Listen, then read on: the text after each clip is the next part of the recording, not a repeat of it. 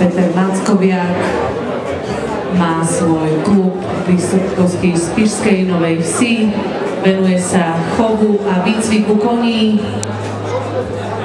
Pri otázke o najlepší výsledok tejto sezóny mi odpovedal: ešte stále čakám. Takže tu v Pezinku sa predstaví na 2 koňoch. Linet je mladá kobylka, ktorú jazdí 1. rokom.